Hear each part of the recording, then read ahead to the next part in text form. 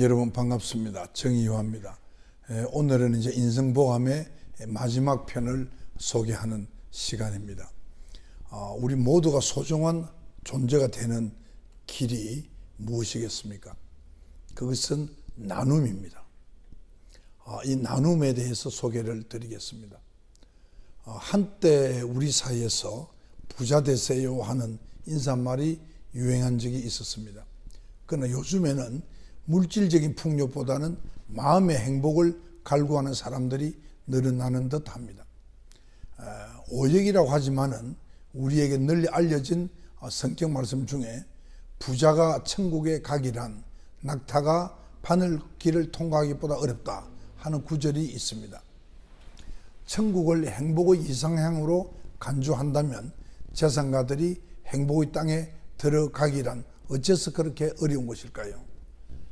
백악관 자선 모임에 참석한 세계적인 갑부인 빌 게이츠는 돈은 벌기보다도 쓰기가 더 어렵다는 명언을 남겼습니다.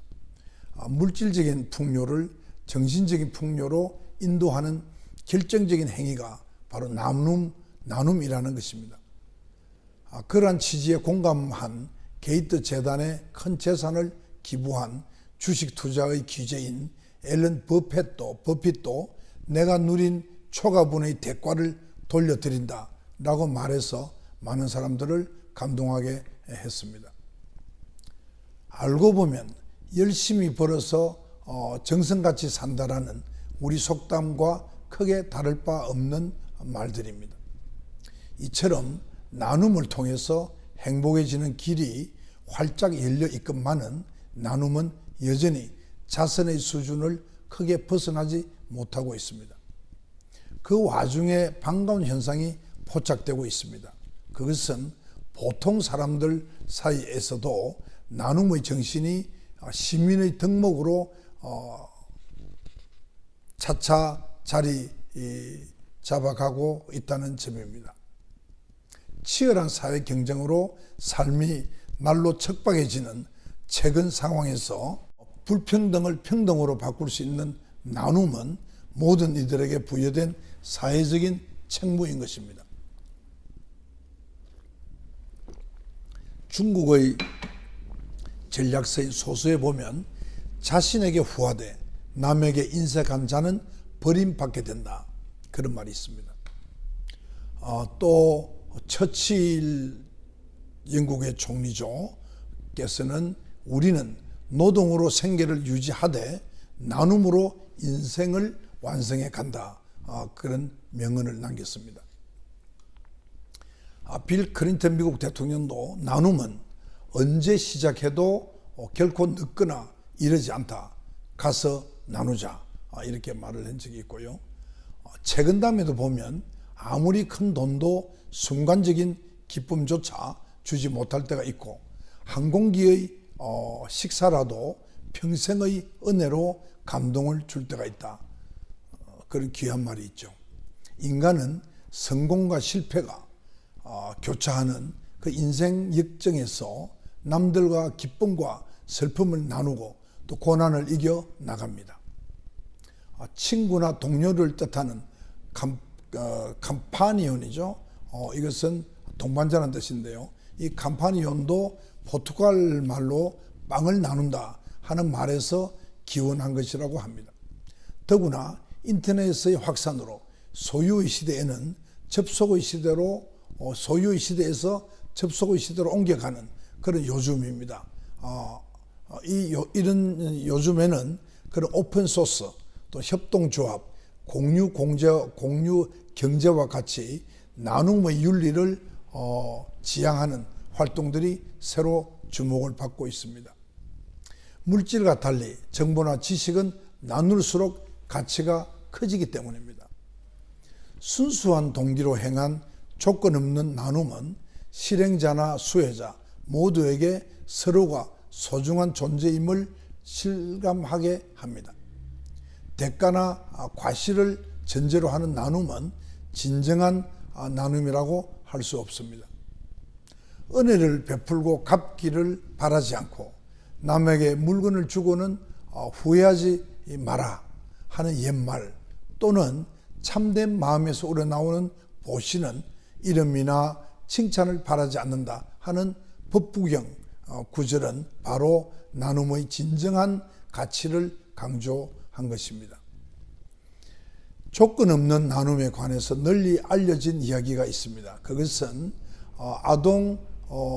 미국의 아동 소설가죠. 바로 셀 실버스타인이 쓴 아낌없이 주는 나무 이야기입니다.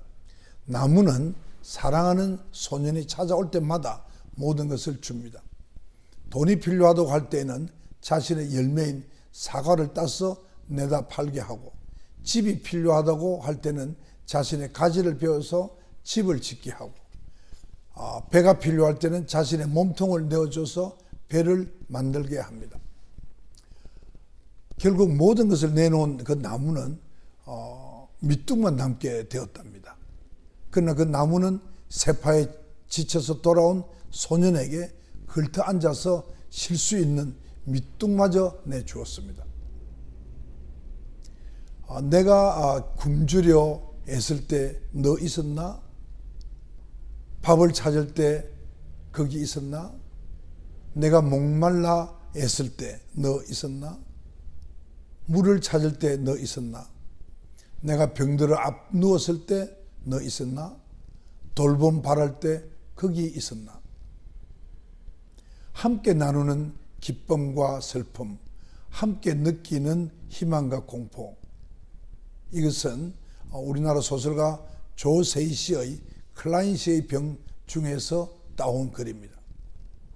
1929년 세계 전역을 휩쓴 경제공황으로 많은 나라들이 공경에 처했을 때 스웨덴은 국가를 가족과 같은 나눔의 원리로 조직화하는 대안을 통해서 경제공황을 성공적으로 극복했다는 얘기는 유명한 얘기입니다.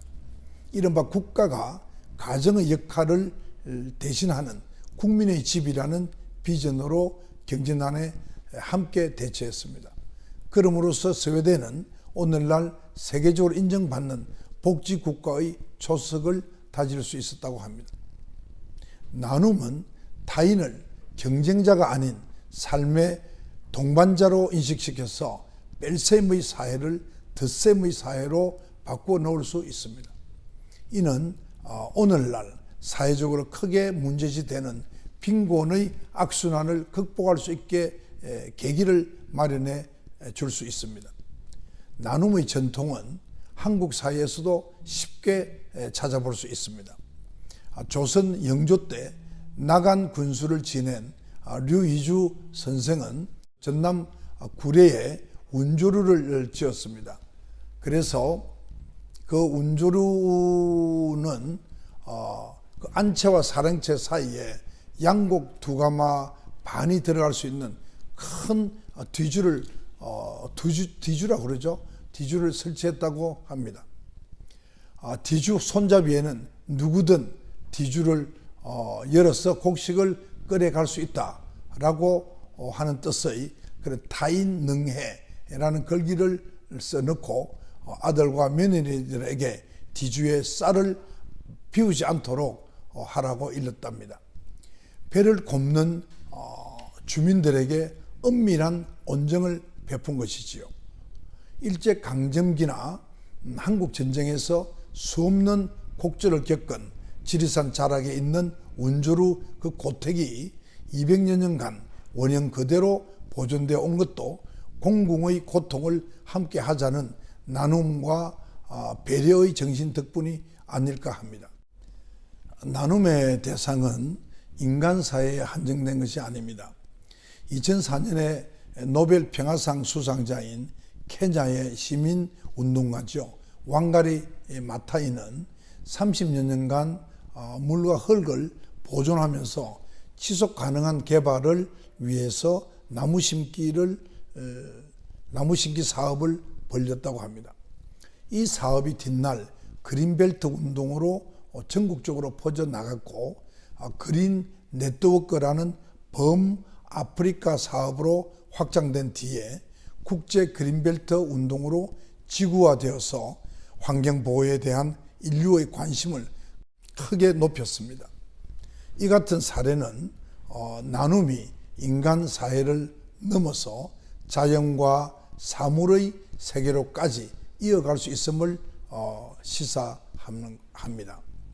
생명체를 이루는 유기물을 스스로 생성할 수 있는 것은 태양 에너지를 이용해서 광합성을 할 수 있는 엽록소를 지니고 있는 식물뿐입니다. 인간을 포함한 동물들은 대지나 바다에 뿌리를 둔 초목이나 수초를 먹고 사는 포식자입니다. 녹색 사상의 핵심은 바로 여기에 있습니다.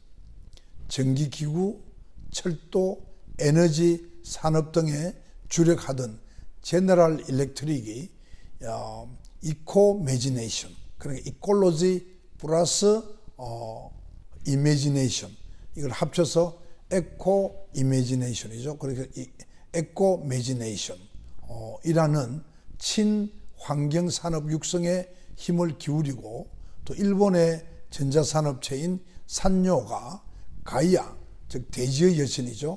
대지의 여신 가이아 경영 철학, 즉 다시 말해서 지구 전체가 하나의 생명체라는 그런 경영 철학을 제품 개발에 적용하려고 노력한 것도 바로 이런 까닭이 것입니다. 오랜 기간 자연 속에 살면서 삶의 편익을 위해 자연 환경을 착취해 온 우리 인류는 이제 나눔 운동을 인간 세계로부터 저 인간 밖 존재들까지 확장할 시점에 이르렀다고 봅니다.